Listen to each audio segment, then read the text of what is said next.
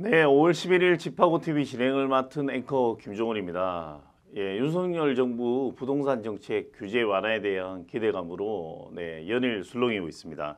오늘은 본지 기자인 신현우 부동산 팀장과 함께 윤석열 정부 부동산 대책에 대해 이야기 나눠보겠습니다. 신 기자 어서 오세요. 네, 안녕하십니까. 네. 윤석열 정부 규제 완화 기대감 덕분인지 하락세를 보이던 집값이 최근 보합 및 상승세로 전환하는 분위기인데 신 기자, 최근 부동산 시장 분위기는 어떤가요?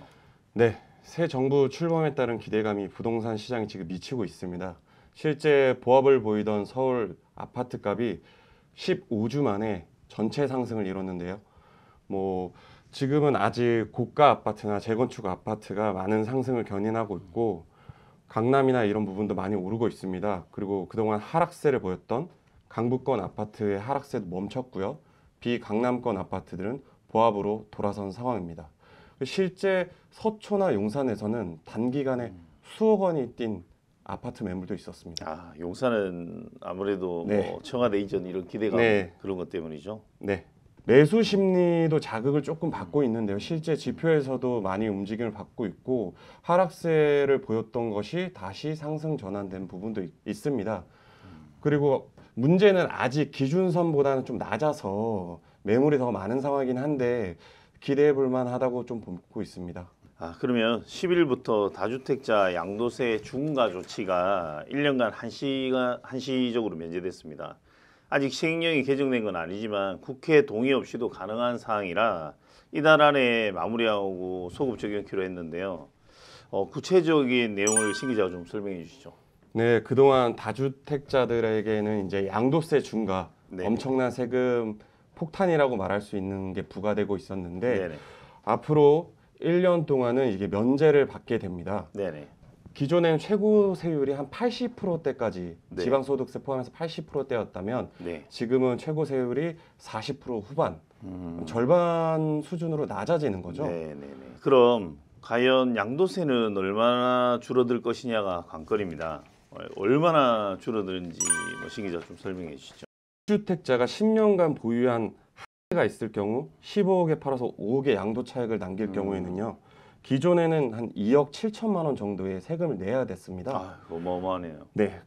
그렇지만 기본 세율이 적용될 경우는 1억 3천, 절반 수준을 내게 되는 겁니다.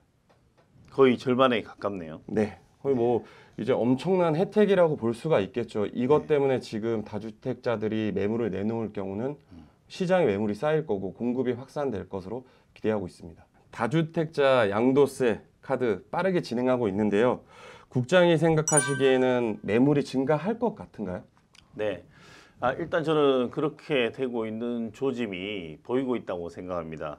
실제로 양도세 중과 한시 배제한다는 소식에 수도권 아파트 물량이 27% 증가했던 뉴스가 나오고 있습니다.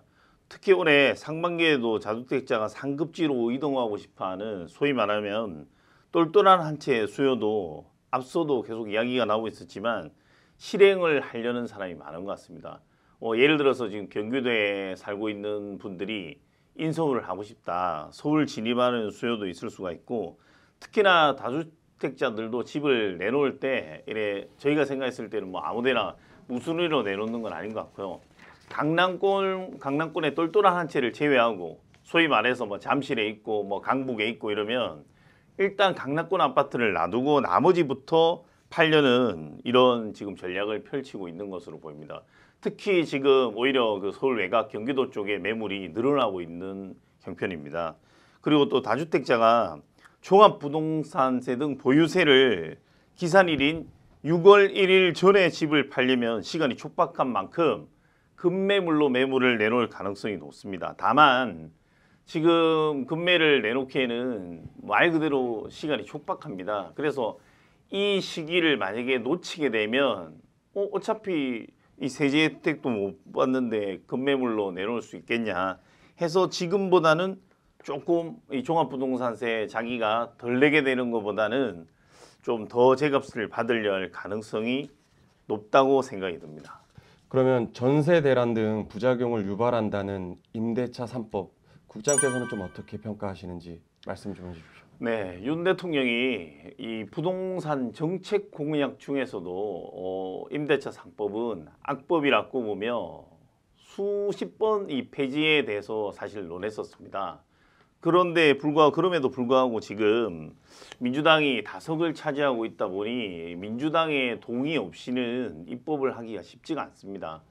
그래서 처음 공약과는 조금 방향을 선회해서 수정 보완 또는 완화하는 쪽으로 가닥을 잡을 거라고 생각을 하고 있는데요. 특히 오늘 7월에는 2년차를 맞는 임대차 3법으로 인해서 가격 급상승 우려가 나오고 있습니다. 왜냐하면 이미 전세를 얻어 살고 있던 사람이 임대차 3법 카드를 썼는데 이제는 더 못 쓰게 되죠. 그렇게 되면 또 집을 얻어야 되는데 사실 기존에 살던 가격으로는 얻을 수가 없는 겁니다. 그러다 보니 주인이랑 예를 들어서 뭐 분쟁이 앞에 2년만 살았으면 2 플러스 2다 보니까 이 법의 맹점인 주인이 실거주를 한다 하면 나가야 됩니다. 그런데 이걸 사실을 감시하지 않고서는 알 수 없죠. 이러다 보니까 이 세입자와 임차인과 임대인 간의 이 소송이라든지 분쟁으로 번지는 사례가 심심찮게 뉴스로도 많이 접할 수 있고, 제가 아는 지인 변호사들도 이 참 술자리 같은 데서 이야기하길 이게 웃지 못할 일이다. 새로운 수임 사건이 늘어나긴 하는데 이걸 기분 좋아해야 될지 대놓고 말은 못하겠다는 이런 뭐 이야기까지 나오고 있습니다. 그러다 보니 당장에 이 입법을 하려면 사실 이 민주당 이 다석을 어떻게 할 방법이 없습니다. 지금 그나마 입법 독주를 막을 방법이 하나 이제 기존에는 전혀 없다가 생겼습니다. 이 대통령의 거부권입니다. 이 거부권을 행사해도 뭐 재적의원 3분의 2 이상 뭐 이런 여러 가지가 있기 때문에 복잡합니다. 그럼에도 불구하고 지금은 거부권을 행사할 수가 있지만 이렇게 입법을 해서 동의를 해야 되는 건 또 다른 문제입니다. 입법을 해서 민주당이 밀어붙이는 거랑 이렇게 지금 윤석열 대통령이 뭐 좋은 정책을 펼치려 해도 반대를 하고 있기 때문에 아마 수정 보완할 확률이 제가 볼 때는 아주 높아 보입니다. 네, 8월 이사철을 앞두고 세입자들이 벌써 떨고 있다는 소식이 들려오고 있습니다. 뭐 방금 전에 국장이 말한 것처럼 2년 전에 계약갱신 청구권을 사용한 사람들인데요. 네. 전세값이 벌써 꿈틀대고 있는데 좀 어떻게 보시는지 말씀 좀 해주십시오. 네, 3월 대선 이후 2달간 서울 아파트의 전월세 매물이 20% 넘게 감소한 반면 매매 매물은 10% 넘게 증가한 것으로 나타났습니다. 전월세 매물 감소는 개정된 임대차법으로 공급이 한계에 이른 탓으로 분석됩니다. 또 매매 매물 증가도 어제부터 1년간 한시적으로 시행되는 다주택자 양도세 중과 배제를 앞두고 다주택자의 주택처분 움직임이 가시한 결과로 볼 수 있습니다. 시장에서는 임대차법 개정 2년이 지나서 앞서 말씀드렸듯이 이 계약갱신 청구권을 사용한 임차가구를 중심으로 전세 대란이 일어날 수밖에 없다고 이래 이야기를 하고 있습니다. 다만 이게 지금 뭐 일부 내놓는 매물이 시장의 전세 매물에 영향을 미칠 것인가 이러면 이거는 좀 의견이 분분한데요. 왜? 팔고 나서 오히려 전세 매물이 그러면 전세든 월세든 매물이 줄어드는 건 아니냐. 근데 이게 또 순조롭게 팔릴 것이냐 해서 이 문제는 조금 지켜봐야 될 것 같습니다. 현재 아파트 시장에서 고가 아파트와 저가 아파트의 양극화가 심각해졌는데 앞으로의 전망과 조언이 있으면 좀 한 말씀 좀 부탁드립니다.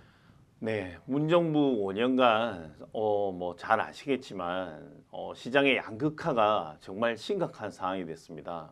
저도 그냥 멀리 내다보지 않고 제가 살던 집만 해도 제가 살던 부천의 빌라 가격이 이미 2배 이상이 올랐습니다. 그런데 사실 뭐 저도 이제 경기도 주민이 지금도 경기도 주민이기도 하지만 이런 서울 외곽의 집값 상승의 흐르면 소폭이라고 가정하면 뭐 2배를 바라보는 시선에 따라 소폭이라고 할 수 없겠지만 제가 오늘 또 잠실 쪽에 다른 일이 있어서 모 제2 아파트 시세를 봤더니 최저가가 이 1층 기준으로 20억이고 사실 수십 년 된 아파트죠. 이런 재개발 재건축 이슈로 인해서 이 아파트 고가는 30억이 넘어서고 있습니다. 한마디로 말하면 지금 이 30억, 20억 시세도 당시 문정부가 들어서기 전에는 없던 시세입니다. 정말 양극화가 심각하게 됐고요. 맹점이 많습니다. 이 국토연구원 자료에 따르면 연소득 대비 주택 구매 가격 비율을 PIR이라고 합니다. Price Income Ratio의 약자인데요. 소득과 주택 가격이 전체 중간 수준인 3분의 1을 기준으로 했을 때 7.6으로 나타났습니다.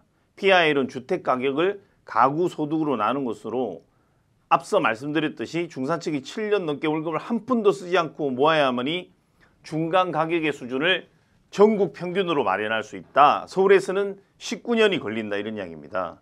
이 배율이 높으면 높을수록 양극화가 심하다는 것을 의미하는데요. 매매 5분의 1 비율이 10.1이라는 것은 가격 상위 20%의 아파트가 하위 20%의 아파트보다 매매 가격이 10배 이상 높은 셈입니다. 한마디로 말하면 문정부 들어선 이후로 이런 소위 말해 상위 계층과 하위 계층의 차이가 10배 이상 벌어졌다는 거죠. 지금 말씀드린 걸 종합하면 직장 생활을 해서 서울에서 내 집 마련은 불가능한 수준입니다. 어떻게 30년 동안 자식 교육에 교육비도 들어갈 거고 주거비도 들어가고 의식주 비용이 들어가지 않겠습니까?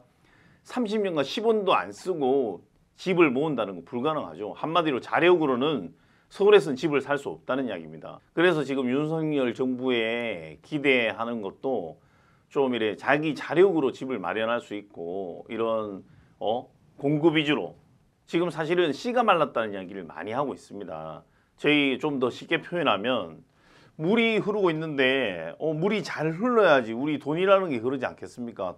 동산이든 부동산이든 뭔가 선순환이 돼야만 경제도 이 선순환 효과를 받을 수 있고 이런 건데 이 물이 많다면 마치 댐에 가둬놓은 것처럼 이 부동산 매물이 많아도 너무 이렇게 이 말도 안 되는 가세 아까 내가 앞서도 설명했지만 2주택 50%, 3주택 80% 한마디로 말하면 3주택자 집 팔면 나라에 갖다 바쳐야 된다 이런 생각이 있기 때문에 이게 뭔가 댐에 모여서 흐르지 않는 겁니다. 그러다 보니까 전세 대란도 일어나는 거고 또 전세가 없으니까 당연히 월세로 살 수밖에 없죠.